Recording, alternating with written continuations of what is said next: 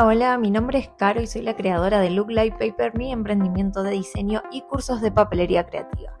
Te quiero dar la bienvenida a un nuevo video en mi canal de YouTube donde te voy a mostrar cómo armar el Topper Shaker de la temática groovy paso a paso.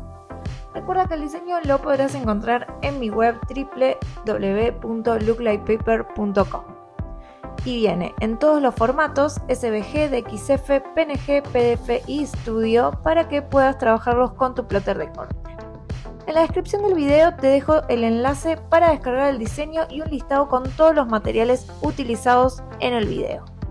También te voy a dejar el enlace para conseguir la temática completa de Groovy, que también ya está disponible en el shop online. Aprovecho para contarte que si tenés ganas de aprender a crear tus propios diseños de K-Toppers, tengo un taller online 100% dedicado a este producto, donde te enseño a diseñar y crear 10 modelos diferentes de K-Toppers utilizando diferentes técnicas de papelería creativa y compartiendo contigo mucha inspiración para crear y divertirnos mucho en el proceso. Te dejo más info en la descripción. Espero que te guste este video y si tienes alguna duda me la puedes dejar acá abajo en los comentarios. Si tienes un emprendimiento de papelería creativa y te gustaría sumar esta temática a tus propuestas, en la descripción te voy a dejar el enlace de los archivos que podrás tener en SVG, DXF, PNG, PDF y Studio. El kit contiene todos los formatos y todos los diseños que hicimos en este video.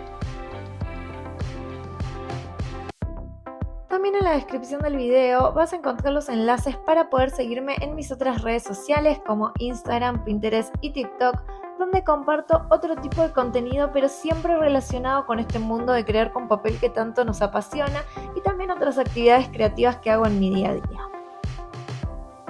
Eso fue todo por ahora, te dejo mirando el resto del video con el paso a paso para armar este K-Topper divino retro style. No te olvides de suscribirte al canal, darle like si te está gustando este video y dejarme un comentario. Y por supuesto, activar la campanita para que YouTube te avise cada vez que subo un nuevo video.